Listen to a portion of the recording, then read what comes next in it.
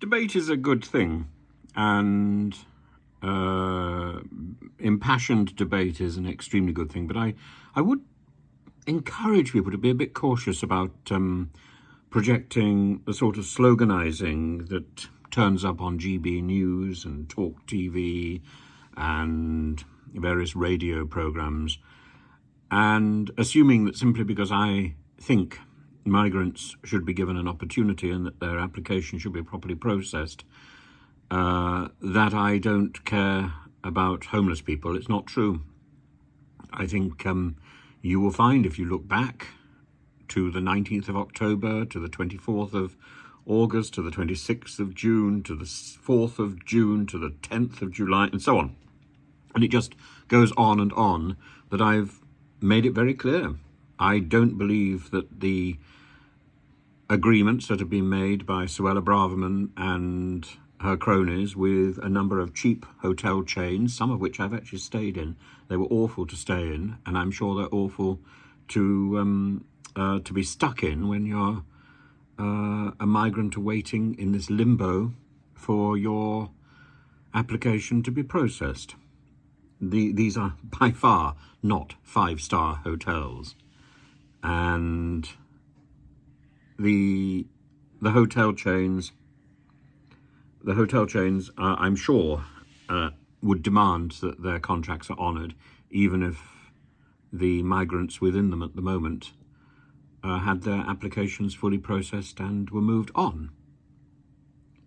Well, if they were moved on and if those rooms were vacant, then I've suggested again and again, the Home Office can honour that contract and can use those hotels to accommodate people who are homeless and struggling with accommodation.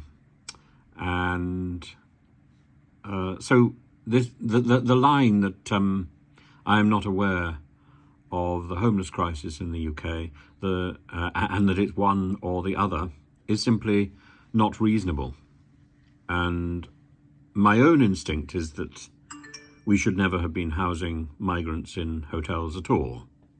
My instinct is that we should have been giving migrants an opportunity to work and to earn their own money, to contribute tax and to find accommodation themselves, with help.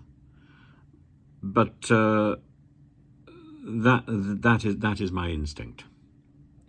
Beyond that, I think if the Home Office is quite ready to pay out such large sums of money to accommodate migrants, then it should be ready to pay out large sums of money to accommodate and to help people who are homeless. You can't have it both ways. And I hope that answers the question. I hope it answers the point, and I hope it silences this ridiculous either-or scenario. It's not an either-or. It can be both.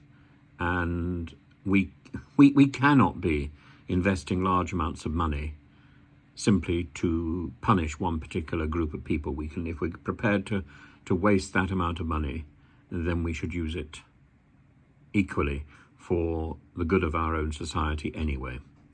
And a lot of people who are homeless just need a little help. And that's rather more important than simply a telephone call.